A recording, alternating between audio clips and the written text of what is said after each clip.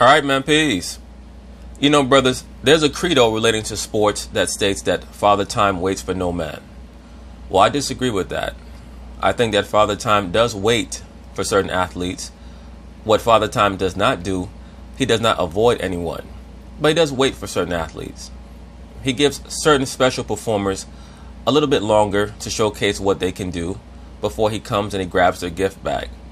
And in the case of Mr. Tom Brady, I think that Father Time is starting to look at his watch and he's starting to tap it. He's starting to say, Tom, it's almost time to go. If you've watched enough sporting events over the years, you can tell when a quarterback is starting to get older. He starts to pump fake before he throws deep balls, a lot like how a great NBA player will start to pump fake a lot when he's near the basket around a shot blocker or when he's being guarded by an explosive athlete.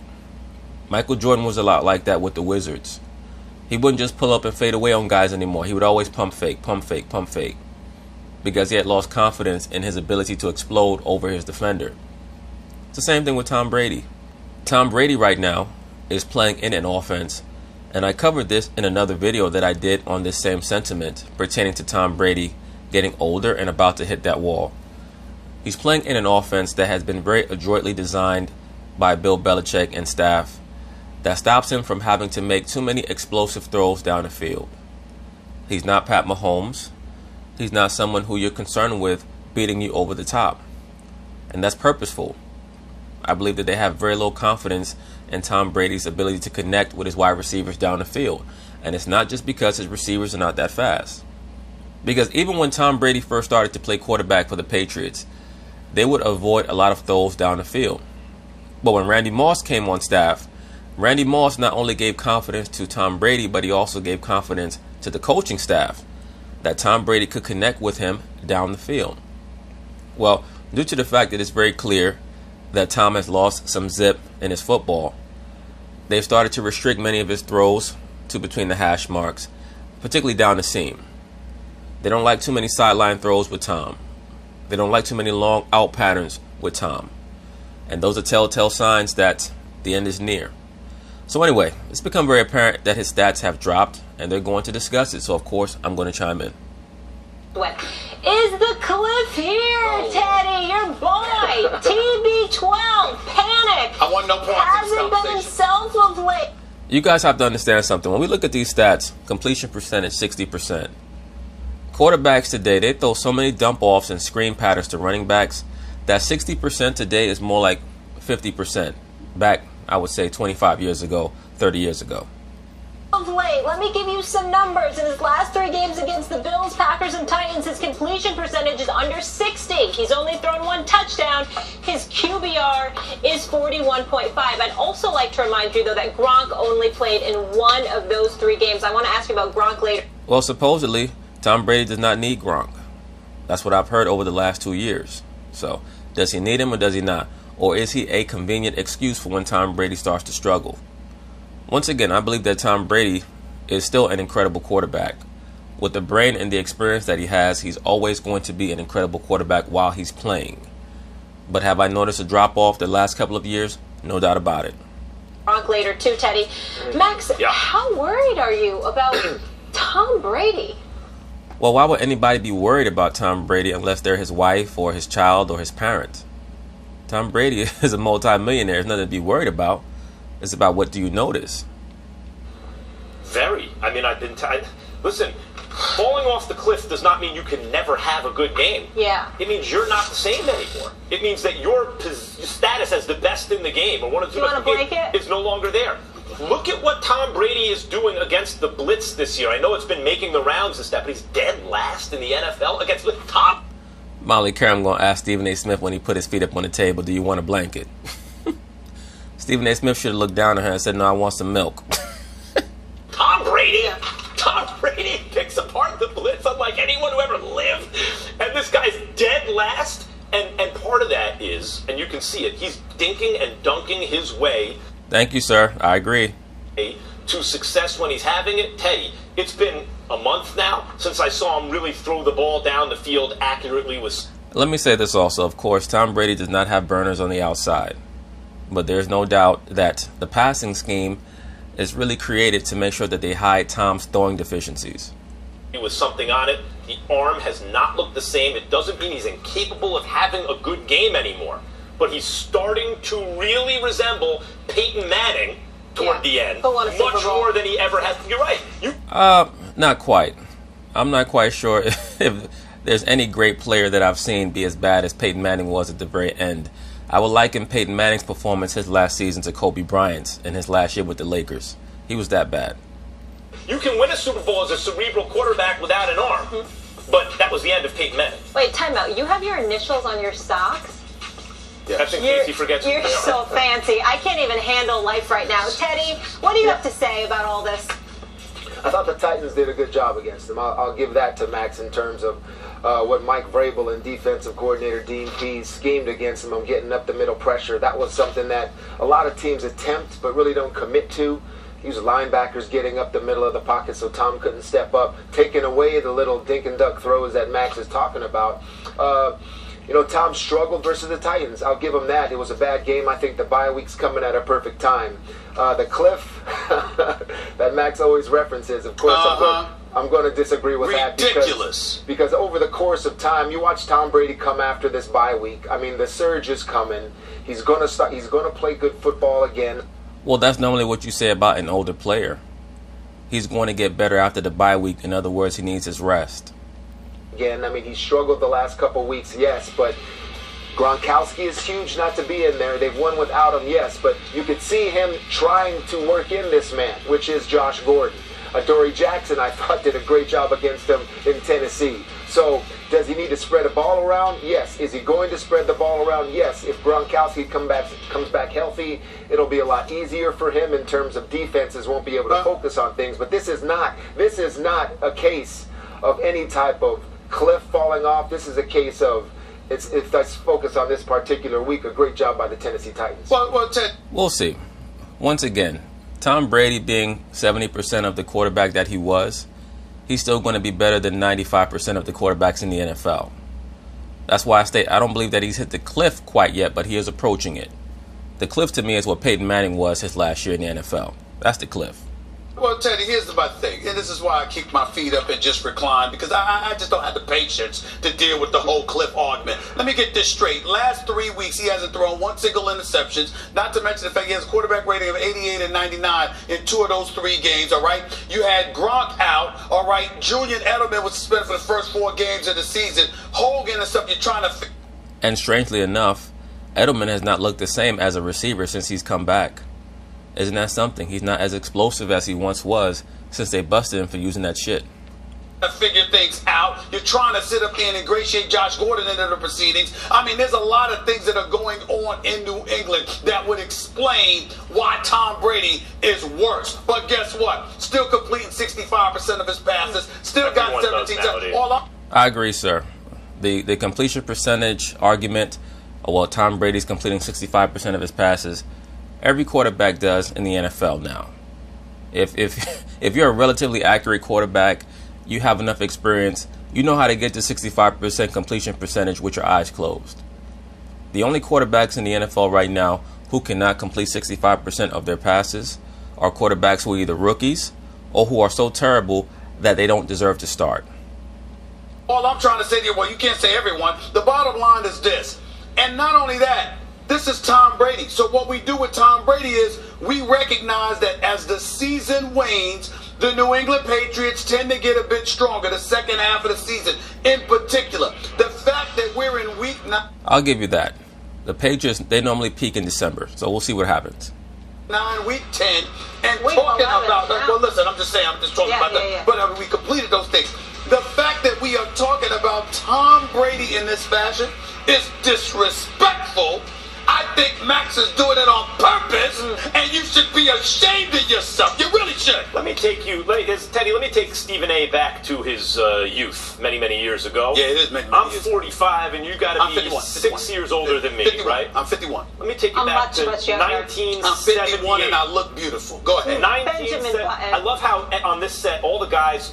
Molly Karam's on set, and all the guys constantly talk about how good we look. I know. It's a little embarrassing. It is definitely so. Max, be careful. You end up in HR for sexual harassment. The point is, 1978, Teddy, Muhammad Ali So you were what in '78? You were like 12 years old. I was 11 going on 12. Yeah. Yes, 5 years. Yeah, Stephen A. Smith was 11 going on 12 with a receding hairline afro. 5 years old. Muhammad Ali. A little whippersnapper. Fought a guy named Leon Spinks. Yes. Fought Leon Spinks. That's And right. Ali, by the second half of his career, was doing the Tom Brady dinking and dunking, the version in boxing, playing rope-a-dope with guys. He couldn't dance all around with the same athletic ability, but he was so smart and so tough that he was still the heavyweight champion of the world. Well, Ali was also lazy in training camp. That's another reason why he could not move later on in his career. But also he had taken a lot of damage and the Parkinson's had started to set in. The Parkinson's really started to set in with Ali around 1974 or 1975. That's why there's a dispute or debate over what exactly caused or maybe exacerbated the condition that he had. Or was it that he was poisoned? Was it just something that was part of his genetic makeup, which pretty much has been disproved? Or was it due to taking punishment in the boxing ring? Who really knows? Point being is this.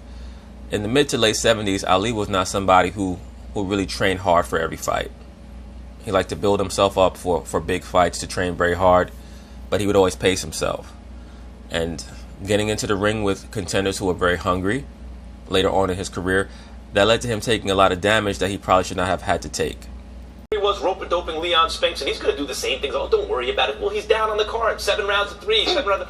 Don't worry. Ali will flurry. Ali will come back. And at a certain point, the tank was empty. You are being dishonest. Hold on. You're being dishonest because you and I just had this discussion. What did Muhammad Ali do before that Spinks fight? Did he go over to Japan? That's not the point, Stephen A. No, that was not right before the Spinks fight.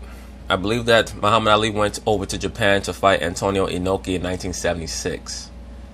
So I think that actually that may have been before the third Norton fight.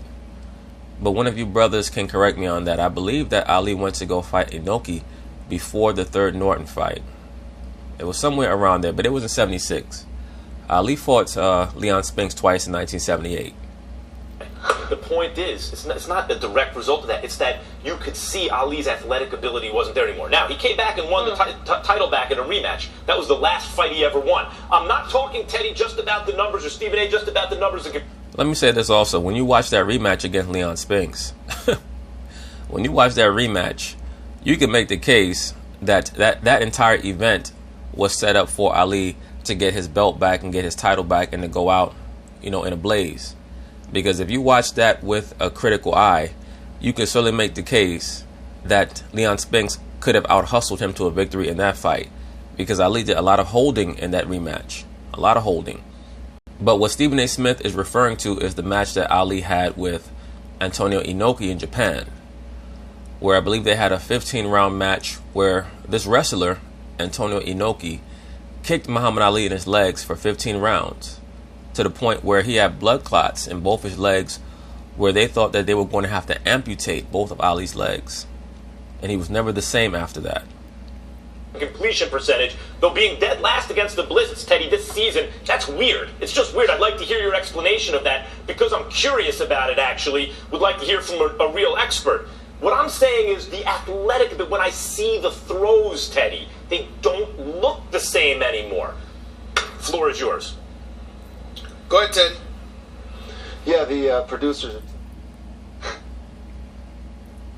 they don't have much time. Hello. Oh, we lost him as the signal went out. I'm sorry. I'll take it from here. Here's the deal. Stephen A. said, I'll take it from here. I'm the NFL expert. The reason why I brought up the trip to Japan, I think it was Japan, I'm not sure where. You guys are buying a single winner? I think he was just done with us. Listen, no, he was like, I'm done with this conversation. I don't blame him. I don't blame him with the guy. Well, Molly Karam, I'm sure that you're accustomed to men getting what they want and saying that they're done with you and just deading the phone call. The guy, I don't blame him for it. But I will say this, because you brought up Muhammad Ali, I'd like to address that. Max and I had this discussion. Max, just a week ago, was talking about how Ali went and fought some MMA guy or whatever, right?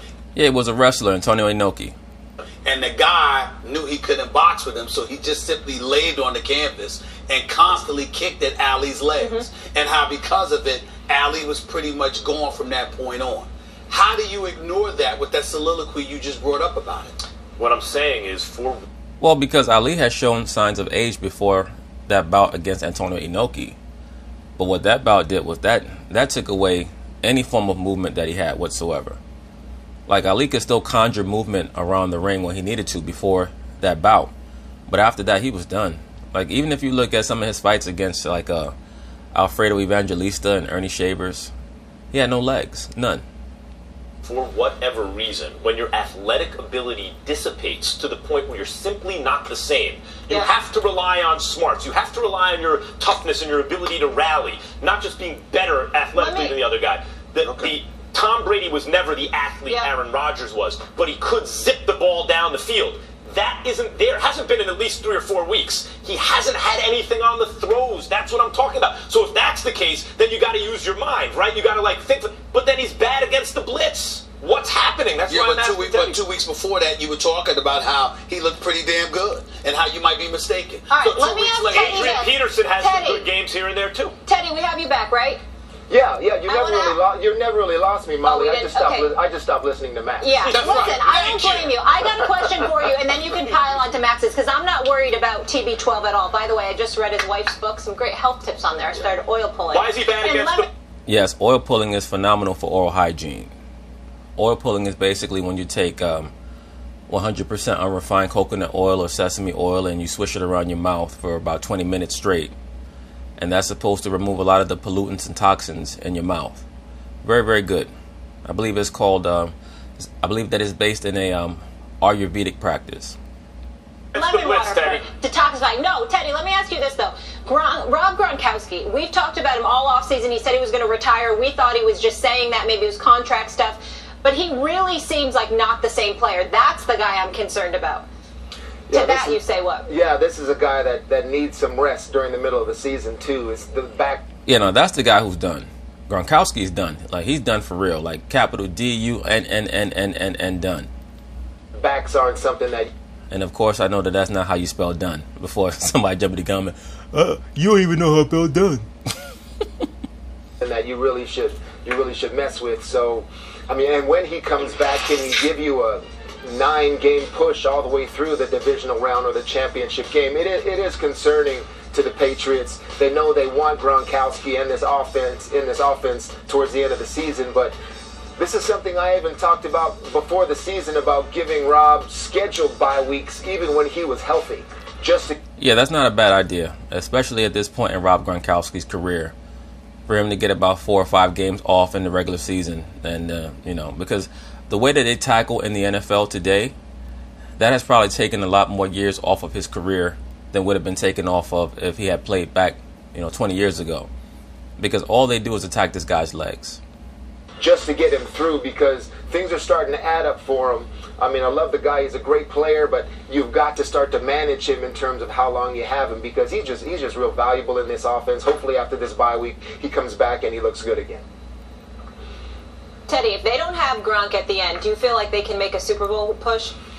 No, not with the competition that they have in the AFC, especially since it is starting to become more and more apparent that they're not going to have home field throughout the playoffs. So no. Now, if they can bring back Gronk, a fully healthy Gronk, and can lock in, maybe they can make a magic carpet run. But as of right now, it looks like they're not going to have home field in the playoffs. I think it'd be very difficult. I mean, Josh Gordon is going to have to make some progress, because they thought that Josh would be that guy last week, giving him, I think it was over 10. Well, Josh Gordon has lost a step, and it's very apparent. He's still a competent receiver, but he's lost a step. He's not explosive anymore. Now, not like he was 5 years ago, when he was 6'3", 230 pounds, just running past cornerbacks like they were standing still. Over 10 targets, and it didn't pan out, like I was talking about Adoree Jackson and how he played. But if not, Josh Gordon is going to have a lot more pressure on him, and can he handle that? All right, Teddy, appreciate you. We will see you on NFL Live a little later today. All right, thanks, guys. But anyway, that's basically it on that. We'll see how things transpire for Mr. Tom Brady. When everyone starts to doubt him, that's normally when he rises to the occasion. So we'll see if he does it again. So peace.